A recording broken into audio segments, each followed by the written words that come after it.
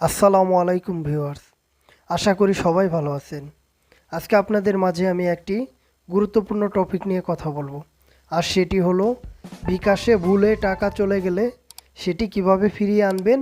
আজকের ভিডিওতে আমি সেটি আপনাদের শিখিয়ে দেব। বিকাশে ভুলে টাকা চলে গেলে ফিরিয়ে আনার জন্য প্রথমে আপনি আপনার ফোনের বিকাশে প্রবেশ করবেন।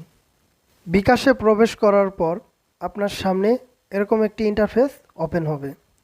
প্রথমে আপনি আপনার ফোনে সেন্ড মানি অপশনে প্রবেশ করবেন। সেন্ড মানি অপশনে প্রবেশ করার পর প্রথমে আপনি আপনার ফোনে যে কোনো একটি নাম্বারে টাকা সেন্ড মানি করবেন। আমি এখানে 10 টাকা সেন্ড মানি করে জাস্ট দেখাবো কিভাবে ভুলে টাকা চলে গেলে সেটি ফিরিয়ে আনবেন। আমি 10 টাকা সেন্ড মানি করে দিলাম। সেন্ড মানি করে দেওয়ার পর আপনি দেখতে পারবেন যে সেন্ড মানি সাকসেসফুল হয়ে গেছে। এখন সাপোজ আপনি একটি ভুল নাম্বারে টাকা পাঠিয়েছেন।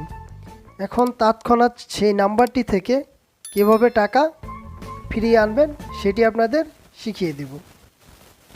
সেন্ড মানি করার পর আপনি এখানে দেখবেন আপনার সামনে এরকম 3টি পেজ ওপেন হয়ে গেছে।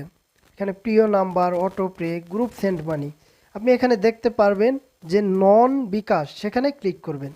সেখানে ক্লিক করার পর আপনি দেখবেন যে নাম্বারে আপনি টাকা পাঠিয়েছেন এখানে ক্যান্সেল করলে সেই নাম্বার থেকে পুনরায় টাকাটি কেটে নেওয়া হবে।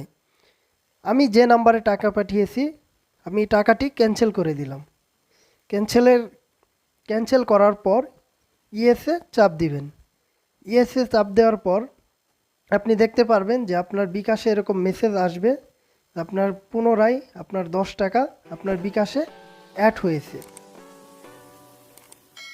আপনি বিকাশ মেসেজ চেক করে দেখতে পারবেন যে আপনি যে নাম্বারে 10 টাকা সেন্ড মানি করেছিলেন বা যত টাকা সেন্ড মানি করেছেন আপনি ক্যান্সেল করার জন্য সেই টাকা পুনরায় আপনার ব্যালেন্সে যোগ হয়ে গেছে।